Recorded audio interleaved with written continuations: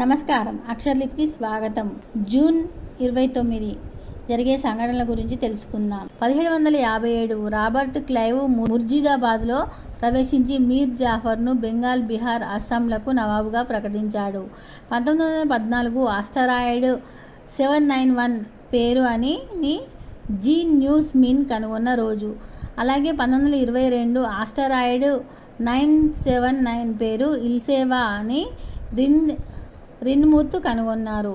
1927 America పశ్చిమ తీరం నుంచి మొదటిసారిగా విమానం హవాయి చేరినది. ఇక ప్రముఖుల జననాల గురించి తెలుసుకుందాం. జూన్ 29, 1858 జార్జ్ వాషింగ్టన్ గోయెథల్స్లో పనామా కాలువను కట్టిన ఇంజనీరు. ఈయన మరణం 1928లో జరిగింది. 1864 ఆశుతోష్ ముఖర్జీ బెంగాల్కు చెందిన శాస్త్రవేత్త, గణితం, సైన్సు, న్యాయశాస్త్రాల్లో నిష్ణాతుడు, సాహితీవేత్త, సంఘ సంస్కర్త, తత్వవేత్త జన్మించారు. ఈయన మరణం 1924లో జరిగింది. 1879 ఆర్కట్ రంగనాథ మొదలియార్ జన్మించారు. ఈయన భారత రాజకీయ నాయకుడు, బళ్ళారికి చెందిన దివ్యజ్ఞాన సమాజస్థుడు. ఈయన మరణం 1950లో జరిగింది. 1893 పిసి మహాలనోబిస్ భారత ప్రణాళిక పథానికి నిర్దేశకుడు. ఈయన మరణం 1972లో జరిగింది. 1901 అమల్ కుమార్ సర్కార్ భారతదేశ సుప్రీంకోర్టు 8వ ప్రధాన న్యాయమూర్తి జన్మించారు. ఈయన మరణం 2001లో జరిగింది. 1965 రోజారమణి బోయపాటి, ఈమె రచయిత్రి, ఉపాధ్యాయుని. 1973 కార్తిక్ రాజా సంగీత దర్శకుడు జన్మించారు. మరణాలు 1998 కమలాకర కామేశ్వరరావు తెలుగు సినిమా దర్శకుడు, పౌరాణిక బ్రహ్మగా పేరుగాంచినాడు. ఇతని జననం 1911లో జరిగింది. 2023 సాయి చంద్ తెలంగాణ కళాకారుడు, గాయకుడు మరణించారు. ఈయన జననం 1984లో జరిగింది. జాతీయ దినాలు, పండుగలు. గణాంక దినోత్సవం, జాతీయ కెమెరా దినోత్సవం జరుపుకుంటాం. ఇక ఇందులో ముఖ్యమైన వారి గురించి మనం తెలుసుకుందాం. పిసి మహాలనోబిస్ ప్రశాంత్ చంద్ర మహాలనోబిస్ అని పిలువబడే భారతీయ శాస్త్రవేత్త, అనువర్తిత గణాంక శాస్త్రవేత్త. భారత ప్రణాళిక వ్యవస్థకు పితామహుడు జవహర్లాల్ నెహ్రూ అయితే భారత ప్రణాళిక పథానికి పిసి మహాలనోబిస్ నిర్దేశకుడిగా ప్రసిద్ధి చెందినాడు.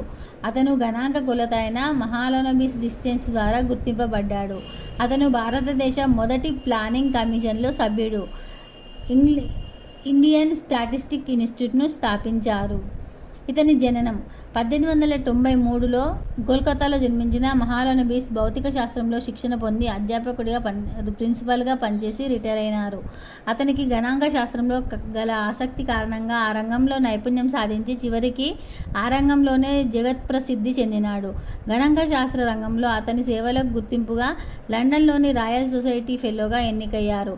1946లో ఐక్యరాజ్య సమితి గణాంక శాస్త్ర కమిషన్ సభ్యుడిగా, 1949లో కేంద్ర మంత్రివర్గపు గణాంక శాస్త్ర గౌరవ సలహాదారుడిగా నియమించబడ్డారు. 1950లో నేషనల్ శాంపిల్ సర్వే స్థాపనలో మహాలనోబిస్ కీలక పాత్ర వహించాడు. 1949లో జాతీయ ఆదాయ కమిటీ చైర్మన్గా మహాలనోబిస్ జాతీయ ఆదాయ గణాంకాలకు ప్రతిపాదిక స్వరూపాన్ని ఇచ్చారు. 1955 నుండి 1967 వరకు ప్రణాళికా సంఘం సభ్యుడిగా తన సేవలందించారు. రెండో పంచవర్ష ప్రణాళిక రూపకల్పనలో అతని కృషి అనిర్వచనీయం. భారీ పరిశ్రమలకు అధిక ప్రాధాన్యత ఇచ్చిన ఆ ప్రణాళికా నమూనా మహాలనోబిస్ నమూనాగా ప్రసిద్ధికి చెందింది. భారత ఆర్థిక వ్యవస్థకు దిశానిర్దేశం చేసిన మహాలనోబిస్ 1972 జూన్ 28న మరణించారు. ఆయన బాల్యం, విద్యాభ్యాసం గురించి తెలుసుకుందాం. 1893 జూన్ 29న కోల్కతాలో జన్మించిన మహాలనోబిస్ పూర్తి పేరు ప్రశాంత్ చంద్ర మహాలనోబిస్. అతని పూర్వీకుల స్వస్థలం నేటి బంగ్లాదేశ్ ప్రాంతం. జీవనోపాధి కోసం మహాలనోబిస్ తాత కోల్కతా ప్రాంతానికి చేరి స్థిరపడ్డారు. మహాలనోబిస్ బాల్యం, విద్యాభ్యాసం కూడా కోల్కతాలోనే కొనసాగింది. 1912లో భౌతిక శాస్త్రం ఆనర్స్లో పట్టభద్రుడయ్యారు. తర్వాత కేంబ్రిడ్జ్ కింగ్స్ కళాశాలలో గణిత శాస్త్రం, భౌతిక శాస్త్రం అభ్యసించాడు. అధ్యాపకుడిగా అభ్యసనం పూర్తి కాకుండానే మహాలనోబిస్ కోల్కతాలోని ప్రెసిడెన్సీ కళాశాలలో భౌతిక శాస్త్ర అధ్యాపకుడిగా ప్రవేశించాడు. 30 సంవత్సరాల పాటు సేవలందించి చివరిగా ప్రిన్సిపల్గా రిటైర్ అయ్యారు.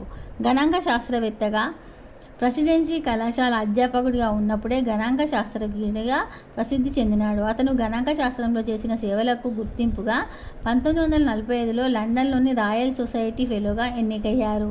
1946 ఐక్యరాజ్యసమితి గణాంక కమిషన్ సభ్యుడిగా నియమించబడ్డారు. 1949లో కేంద్ర మంత్రివర్గపు గణాంక శాస్త్ర గౌరవ సలహాదారుగా నియమించబడ్డారు. దీంతో దేశానికి ఆర్థిక గణాంక సేవలు అందించడానికి అతనికి అవకాశం లభించింది. 1950 ఇండియన్ సైన్స్ కాంగ్రెస్ అధ్యక్ష ఉపన్యాసంలో జాతీయ ప్రణాళికా విధానంలో గణాంక శాస్త్రం అంతర్భాగమని పేర్కొన్నారు.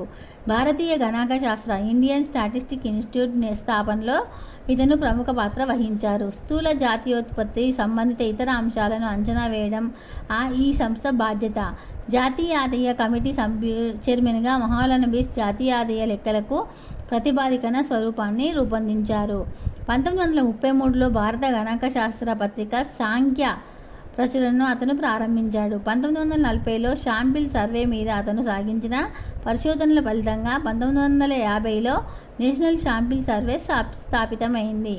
ప్రణాళికా విధానకర్తగా సోవియట్ యూనియన్ ప్రణాళిక విధానానికి ప్రభావితుడై జవహర్లాల్ నెహ్రూ దేశంలో కూడా ఒక ప్రణాళిక కార్యక్రమానికి శ్రీకారం చుట్టే దశలో పిసి మహాలనబిస్ ప్రణాళికా విధానంలో ప్రవేశించారు. 1950లో ప్రణాళికా సంఘం స్థాపితమైనప్పటికీ నుంచి గణాంక శాస్త్ర సలహాదారుడిగా సేవలందించాడు.